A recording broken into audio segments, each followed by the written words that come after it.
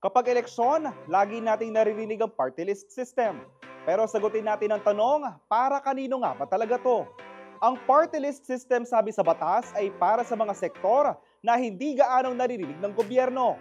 Manggagawa, magsasaka, guro at iba pa. Dapat ganito ang party list groups, kumakatawan sa marginalized sectors. Pero teka lang, bakit parang pamilya ng ibang pangalan? Ayon sa watchdog group na Kontradaya, mahigit kalahati ng mga party list sa 2025 elections ay may koneksyon sa political clans, big businesses at militar.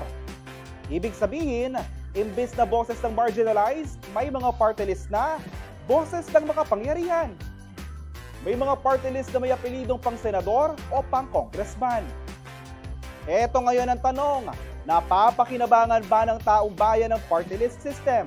O nagagamit lang ito ng may mga kapangyarihan? Isa pang dapat bantayan, hindi lang ang tatlong top nominees ng isang party list. May mga politiko na nakapila sa baba pero kapag nanalo, sila pala ang tunay na uupo. Kaya bago bumoto, wag lang dahil sa pamilyarang pangalan. Kilalanin mo kung sino talaga ang kinakatawan nila.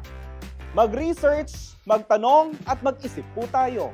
Ako si JM De Jesus, tandaan, sa tamang boto, hindi lang pangalan na binibigyan natin ng kapangyarihan, kundi ang sektor na dapat nilang pinaglilingkuran.